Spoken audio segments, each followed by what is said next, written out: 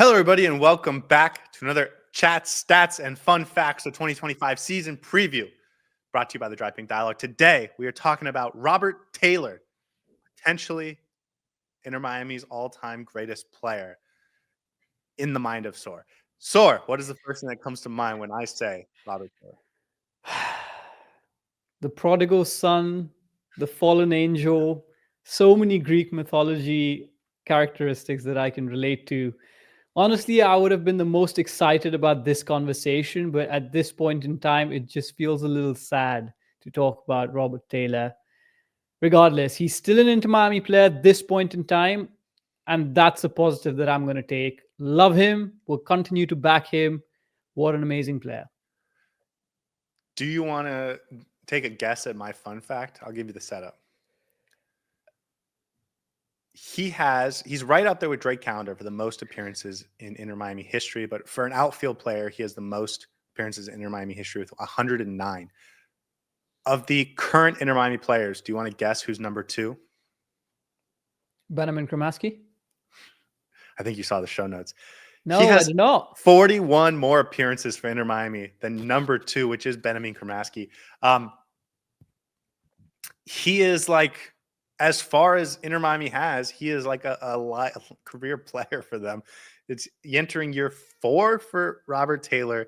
He has been around for so much of Inter Miami's history and all of the great times and potentially some of the peaks of Inter Miami's history. Thinking back to the 2023 Leagues Cup, he is top 5 all time in goals, number 2 all time in assists for Inter Miami.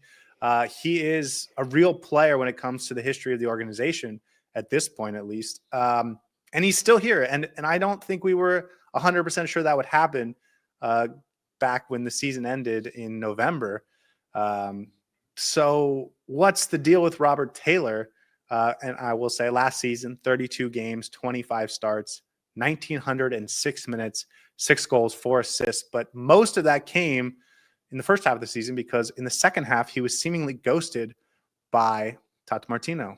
Really didn't play much unless it was like a rotational game or something. So where are we at with Robert Taylor? I think he's just had a new lease of life under a new coach. That's what's happened. If this was Tata Martino's team still, I would have expected Robert Taylor to have left the club because it was kind of disappointing how he fell off towards the second half of the season, especially with the way he started. I thought he had a decent run in.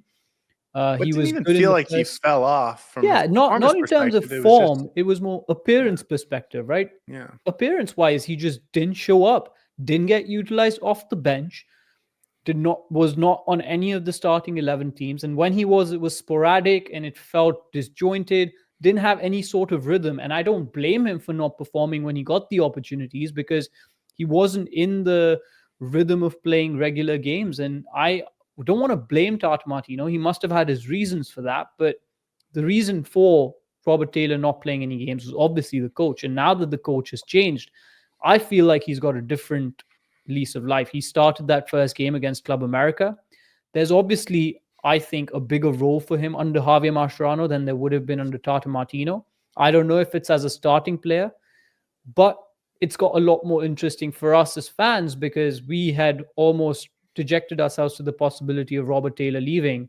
The fact that he can still stay potentially, I think he has a lot to offer to this team still, and I would like to see him on this roster by the end of the transfer window and get more minutes under Javier Mascherano. Yeah, I want to talk about how he fits in specifically to this roster, but I would say that my confidence that he was going to stay on this roster in November was very low. And as December went and guys like Campana moved on, Matias Rojas moved on, my confidence that he was going to stay just grew and grew and grew. And till this point, we're in early February.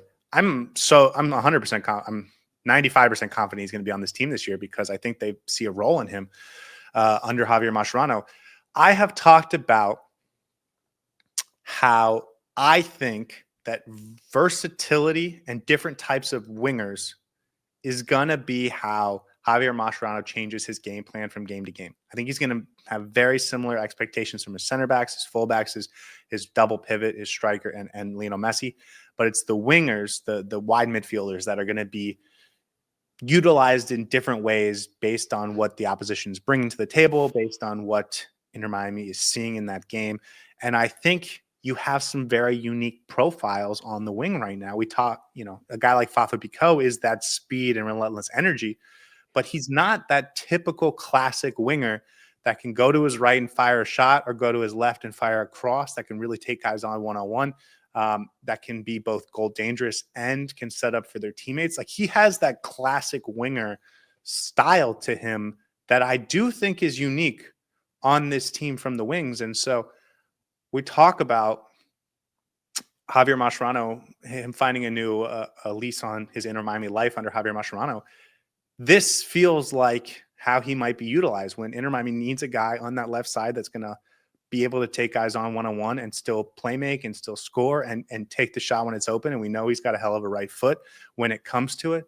And he's got some bangers in him every year. So, like, that's a useful player to have on the team. And I think Javier Mascherano sees that. And I think they're going to keep him on the roster. I think they're going to give him real opportunities to impress. Yeah, and I think regardless of whether we play 4-4-2 or 4-2-3-1, Javier Mascherano tends to use a lot more of the wingers than Tata Martino did. I think there's a genuine need for wingers who keep the width, who run down the flanks and can actually take on their man. We have Fafa Picault on that one side, and Robert Taylor can also do that, whether on the left, can play on the side, right potentially as well. But he is really good at taking on his man. And we talked about Fafa Picault playing off the shoulder of his defender, running in behind and making those runs in on the other side of the defense rather than constantly face the defense. And Robert Taylor does exactly that. He brings that quality of running in behind and finding those spaces. And we have the players on this team to be able to find him behind. So I do think Javier Mascherano wants to use him that way. And it's just really exciting because I don't think he's lost pace. I don't think he's lost skill. He's still, whenever he's on the ball, I find him very, very exciting to watch. He's really good at pressing as well. So it's just going to be a matter of whether he's going to be utilized as a first starting 11 player or off the bench. Either ways, there's enough quality here for us to be able to make the best out of Robert Taylor's next year at Inter Miami. Yeah, and he, in my opinion, and there are some guys on this Inter Miami team or that will be on this Inter Miami team that we haven't seen much of yet. But to this point, I feel like he's number 3 in terms of guys I am comfortable with taking touches inside of the box. Obviously, Messi and Suarez are maestros at that, but Robert Taylor can take a touch in the box, take it left, take it right, go to the baseline, pass it off, or get to the right and take a shot. Like, he can take guys on one-on-one, both like in the box and back farther. So he's a guy that has a unique skill set on this team. And I think that's why he's still here. I think Javier Mascherano wants to use him. We know that he loves Inter Miami. He skipped national team duty. He wanted to sign the contract extension. He's proven over and over how much he cares about being a Heron and being a part of this team. We've seen him have dynamic runs in terms of runs or performance, and tremendous form, both with Messi and without Messi. And we've seen him have some of the greatest goals in Inter Miami's history. I mean, that goal in game 2 of 2023 against Philadelphia, where he kind of takes it off his chest and then on the lobby fires it from the edge of the box into the opposite corner of the net, was possibly the greatest goal in Inter Miami history from an individual brilliance perspective. So he's got the talent. He's got a role on this team, I think. And it's just a matter of how much we're going to see from him. You said it. We saw him on the right in that first preseason game. We haven't seen that in the last 2 seasons. So I'm not sure how comfortable he was out there for the first time, but we have seen him in 2022 play that role a little bit. And, he's got some highlights from over there, so he can do it. And then it's just, I think being versatile is going to be important for Javier Mascherano. So I think he's going to like a guy like Robert Taylor who can do a little bit of everything. Yeah, and I think you mentioned it already, but other than Alba and maybe Suarez, he's had the most chemistry with Messi in this Inter Miami team for that short period of run that he had, and in the League's Cup. But that's I what want to was see weird that about. again. That's what was weird about the second half of last season, because even the minutes he got were alternate to Messi. Like, when he would start in games that there was heavy rotation, he would come off in the 65th minute when Messi came on. So the two of them might not have shared the field other than an emergency throw attackers on situations since Diego Gomez came back from injury last summer. Yeah. And it's a long time. So the dynamism of their chemistry was incredible to watch, and we haven't gotten a chance to see it in so long. So I do wonder where that leaves him. Is he a guy that only really plays when Messi's not on the field? I don't know. I think the more Tata Martino started to stamp his name onto the squad, the more Robert Taylor got pushed to the side. And he was just a collateral of what Tata Martino wanted to do. And again, don't want to blame Tata Martino. He must have had his reasons for that. But it almost seems like Javier Mascherano is tending to take a different direction, which I'm really happy with because it means Robert Taylor can potentially get more minutes on this team. But I want to see it with Messi, man. I completely agree with you. I think there's magic there when it actually clicks together. And we often talk about X Factor, and I think that's a very underrated aspect of Robert Taylor's game. He can switch it up and do things that make you get up on your feet at times, taking players on. He's one of the very few who does it other than Messi. Now Fafa Pico as well, we've got it. But in our front line, we didn't have too many players who were able to do that last season. And he brings and injects that pace into the front line that we've been missing for a while. And when he was off the team, but essentially without Diego Gomez, there was nobody else to actually create that pace in behind. Now we have Fafa Pico. Maybe we get more players and but maybe today or Allende. One of the things we were yelling about last year was how we wanted Robert Taylor because the pace wasn't as impactful as as Tata Martino wanted, and Diego Gomez probably fits better in the midfield anyways. So it was like, where is Robert Taylor? Where in the world is Robert Taylor? And maybe Robbie Robinson got cut last year, and someone had to fill his role in Tata Martino's mind. But like, I want to see Robert Taylor get a chance to be the guy at the left wing this year, because it feels like he's earned that with his Inter Miami career. There's no obvious option that has to be played ahead of him. Obviously, Lionel Messi is the highest priority, whatever position you want to put him at. But like Fafa Pico, Tadeo Allende, Leo Alfonso, maybe Velasco Segovia, if they bring in another winger, like, unless they're bringing in a superstar winger, it doesn't feel like any of those guys are obviously ahead of Robert Taylor on the depth chart or deserve to be ahead of Robert Taylor down the depth chart just based on their careers. So like, it's going to be like, they're all in the same boat to me. And it's like, just go play well and you'll play more.